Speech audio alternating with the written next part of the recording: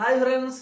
ഇപ്പൊ കേരളം ഒന്നാകെ ചോദിക്കുന്ന ചോദ്യം, മുഖ്യമന്ത്രിയുടെ മകൻ ശ്രീ വിവേക് കിരണ് ഇ ഡി അഥവാ എൻഫോഴ്സ്മെന്റ് ഡയറക്ടറേറ്റ് എന്തുകൊണ്ട് നോട്ടീസ് അയച്ചു?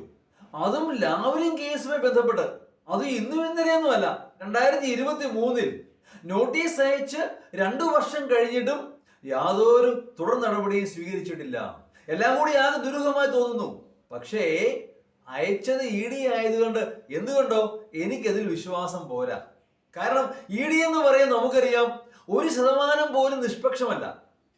അത് BJP ഗവൺമെന്റിന് തങ്ങളുടെ എതിരാളികളെ പൂട്ടാനുള്ള ഒരു സംവിധാനമാണ്. രാഷ്ട്രീയ ചായ്വൊന്നുമില്ലെങ്കിൽ അനധികൃതമായ സ്വസമ്മാനത്തില് മുതലാളിമാരെയും സമ്പന്നരെയും ഒക്കെ അവർ കൊടുക്കാറുണ്ട്.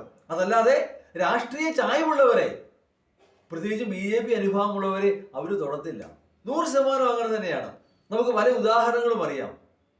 വെറുതെ ആലോചിച്ചാൽ മതി. ഒട്ടുമുക്കാലും എല്ലാ പ്രതിപക്ഷ ഗവൺമെന്റുകൾക്കും പ്രതിപക്ഷ നേതാക്കന്മാർക്കും ഇത്തരം നോട്ടീസ് കിട്ടിയിട്ടുണ്ടാവണം. ഒരു ഉദാഹരണം മാത്രം നോക്ക്.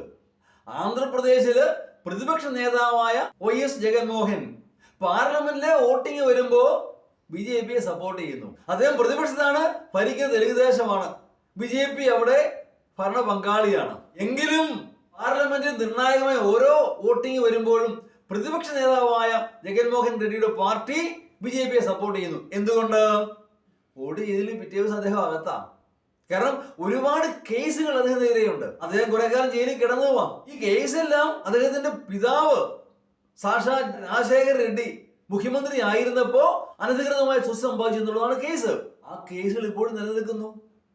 ആ കേസ് നിലനിൽക്കുന്നിടത്തോളം കാലം BJP എന്ത് പറഞ്ഞാലും ജഗൻമോഹൻ റെഡ്ഡി കേട്ടേ ഒക്കൂ, ഇല്ലെങ്കിൽ ജയിലിലാണ്. അത് തന്നെ പല പ്രതിപക്ഷ നേതാക്കന്മാരും ഭയപ്പെടുന്നു. BJPയെ പിണക്കിയാൽ അകത്തു പോകും, നമ്മുടെ മുഖ്യമന്ത്രി ഉൾപ്പെടെ. അത് തന്നെയാണ് കാര്യം. അതേസമയം ഏതെങ്കിലും BJP നേതാവിനോ BJP ഗവൺമെന്റിനോ മന്ത്രിക്കോ ഇതുപോലെ നോട്ടീസ് ഒരു സാധ്യതയുമില്ല. അതാണ് നമ്മുടെ സംവിധാനം എന്ന് പറയുന്നത്. അങ്ങനെയുള്ളപ്പോ ഒരു പ്രതിപക്ഷ മുഖ്യമന്ത്രിയുടെ മകന് ഒരു ED നോട്ടീസ് വരിക എന്ന് പറയുന്നത് തികച്ചും സ്വാഭാവികമാണ്.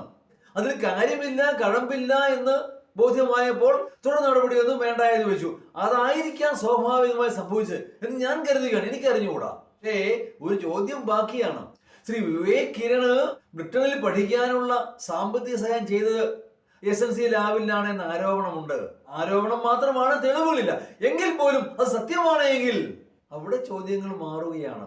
അവിടെ കാര്യം മാറുന്നു, കഥ മാറുന്നു. അതൊക്കെ തെളിയിക്കപ്പെടേണ്ട കാര്യമാണ്.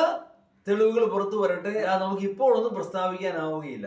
ഏതാണെങ്കിലും ഇതിൽ ഏറ്റവും വലിയ കോമഡി എന്ന് പറയുന്നത് മുഖ്യമന്ത്രിയുടെ പ്രസ്താവനയാണ്. എന്റെ മക്കൾ എനിക്ക് ഒരു പേരുദോഷവും ഉണ്ടാക്കിയില്ല.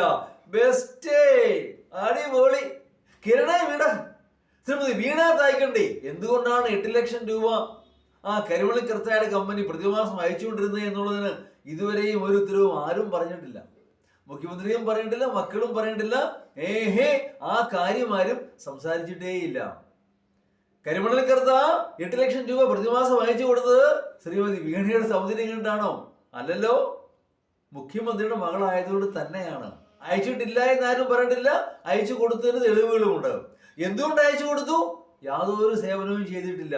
അപ്പോ ഒരു സേവനവും ചെയ്യാതെ മുഖ്യമന്ത്രിയുടെ മകൾക്ക് 8 ലക്ഷം രൂപ വെച്ച് അയച്ചു കൊടുത്തെങ്കിൽ അതിന് കാര്യവും കാരണവും ഒക്കെ ഉണ്ട്. അതിങ്ങനെ നിൽക്കുകയാണ് അന്തരീക്ഷത്തില്. എന്നിട്ട് മുഖ്യമന്ത്രി പറയുന്നു എന്റെ മകൾ എനിക്കൊരു പേരുദോഷം ഉണ്ടാക്കിയില്ല.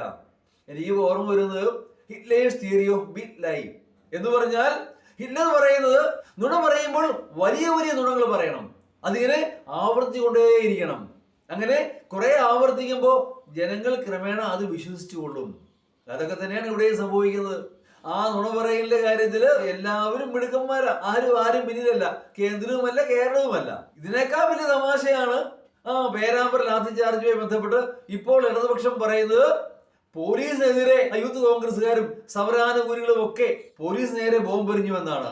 അത് കേട്ട് പോലീസ് പോലും ഞെട്ടിപ്പോയിരിക്കുകയാണ്. എന്തെങ്കിലും ആവട്ടെ, ഇതൊക്കെ ഹിറ്റ്ലേഴ്സ് തിയറി ഓഫ് ബിഗ് ലൈ ആണ്. വലിയ നുണയോട് പറയുക, ഇടയ്ക്കിടയ്ക്ക് പറഞ്ഞുകൊണ്ടിരിക്കുക. അപ്പൊ അത് വിശ്വസിക്കാനും കുറെ ജനം ഉണ്ടാവും. ഇത്തരം നുണയന്മാരുടെ നിയമിക്കാൻ നമ്മളെ പറഞ്ഞാൽ മതിയല്ലോ. ഈശ്വരോ രക്ഷതു. Thank U.